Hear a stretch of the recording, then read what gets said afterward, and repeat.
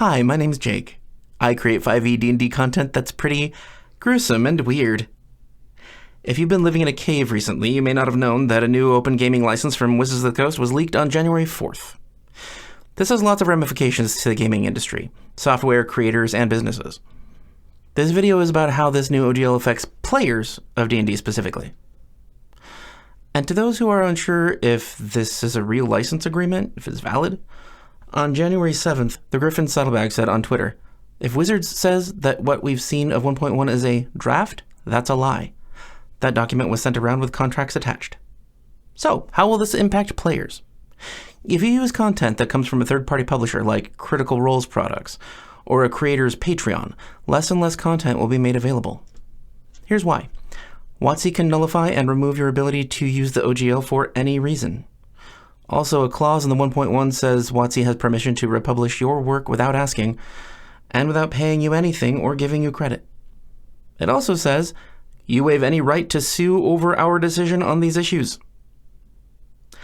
Also, if you play D&D 6e, you will likely not be able to find content outside of WoTC-approved platforms, which is probably going to be only their platforms. What if you homebrew and don't buy non-WoTC products? You might be impacted if you rely on Roll20 or another VTT.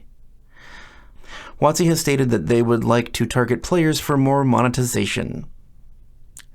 This could mean charging players for upgrades, like microtransactions you see in video games or loot crates. You want the extra shiny armor? More money. You want a mount for your character token? More money. You want an easier to organize character sheet? More money. Macros, map lighting, animated water, NPCs with idle motions, whatever. Also, because you would have no alternatives to WoTC's virtual tabletop and very few third-party creators able to interact with your experience on WoTC's platform, WoTC could charge you whatever they want. Like when they put Monsters of the Multiverse in a 3-pack, and if you wanted it as soon as it was available, you had to buy Tasha's and Xanathar's, even if you already had them. Because why wouldn't you want extra books? It might even require a heavier investment to even begin to play D&D online, and new players would be hard to come by. Here's a couple of excerpts from the leaked 1.1 that apply to players. Works covered section.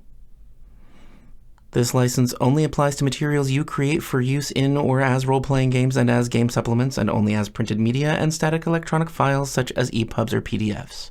It does not allow the distribution of any other form of media, and does not apply to creation of anything else.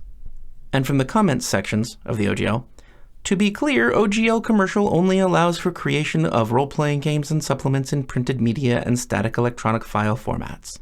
It does not allow for anything else, including but not limited to things like videos, virtual tabletops, or VTT campaigns, computer games, novels, apps, graphics novels, music, songs, dances, and pantomimes. You may engage in these activities only to the extent allowed under the Wizards of the Coast fan content policy or separately agreed between you and us. Pantomimes? What, do they want to be mocked now? Here's a few examples of things that are both digital and interactive that OGL version 1.1 forbids. Form-fillable PDF character sheets, a fully searchable and filterable repository of any 5e content. If you can show or hide content based on a set of filters, it's not static, and so it's illegal. Character management, point-by character creation calculators, interactive maps, and automation of 5e rules in combat like macros. How do you avoid all these issues? There are a lot of third-party game systems out there. I have my favorites, but that's irrelevant for now. I've put some links below with lots of options for you. And there are also currently 2 websites that you can weigh in with what you think about this whole thing. OpenDND.games has an open letter to WoTC that has tens of thousands of signatures so far. And Change.org has a petition for WoTC to keep the original 1.0 OGL that we have all known and loved for 20 years. Links in the description. If WoTC sees that we aren't going to give them our cash, they may change this. Money is their goal, and if they think they may lose enough of it, they may rethink this. As much as I'd like to see WoTC care for the gaming community, I'm looking into other third-party options right now for our weird content. You can see it on Patreon if you want. Lots of creators and D&D tubers are talking about and working on new open license systems. Kobold Press has started working on their Black Flag system, and a couple of companies have tweeted that they're either working on this or already have systems available. New info from this morning, a brief message from a WoTC employee who works on D&D Beyond. Hi, I'm an employee at WoTC, currently working on D&D Beyond and with D&D Business Leader on the health of the product line. If you want, I can provide proof of this. I'm sending this message because I fear for the health of a community I love, and I know what the leaders at WoTC are looking at. They're briefly delaying rollout of the OGL changes due to the backlash. Their decision-making is based entirely on provable impact to their bottom line. Specifically, they are looking at D&D Beyond subscriptions and cancellations, as it is the quickest financial data they currently have. They are still hoping the community forgets, moves on, and they can still push this through.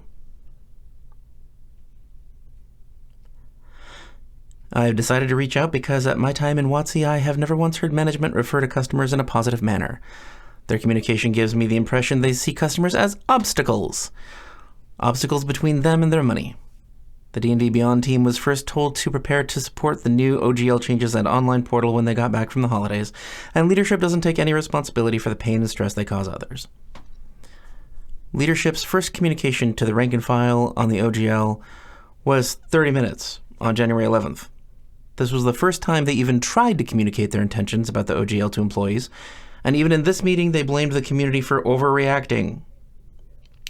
I'll repeat.